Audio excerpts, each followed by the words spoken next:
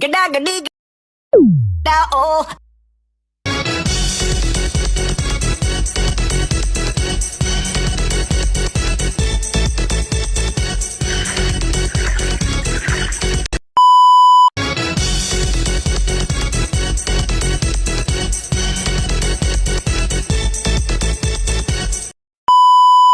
Karya fiksi ilmiah.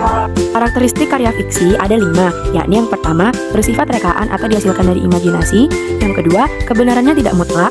Yang ketiga, menggunakan ragam bahasa percakapan.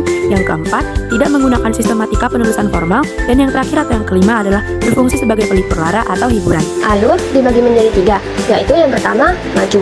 Alur maju adalah alur yang dimulai dari awal cerita sampai akhir cerita. Yang kedua, campuran. Alur campuran adalah alur yang dimulai dari tengah cerita, kemudian cerita dibalikkan ke awal cerita, dan dilanjutkan sampai akhir cerita. Yang ketiga, mundur. Alur mundur adalah alur yang dimulai dari akhir cerita, kemudian dibalik ke awal cerita sampai akhir. Latar.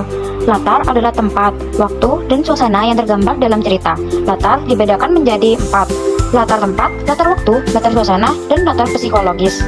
Tema adalah intisari dari cerita. Tema dibedakan menjadi tema niatan dan tema muatan.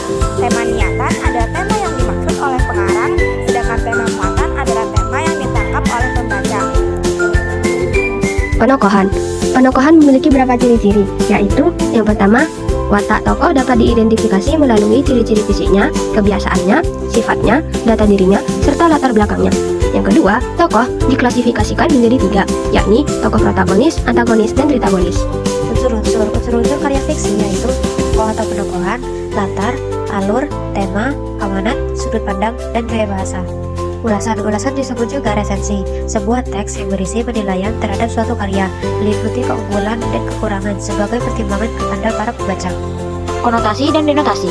Kata konotasi adalah kata atau gabungan kata yang memiliki makna tidak sebenarnya, sedangkan denotasi adalah kata atau gabungan kata yang memiliki arti sebenarnya. Terima kasih. Wassalamualaikum warahmatullahi wabarakatuh.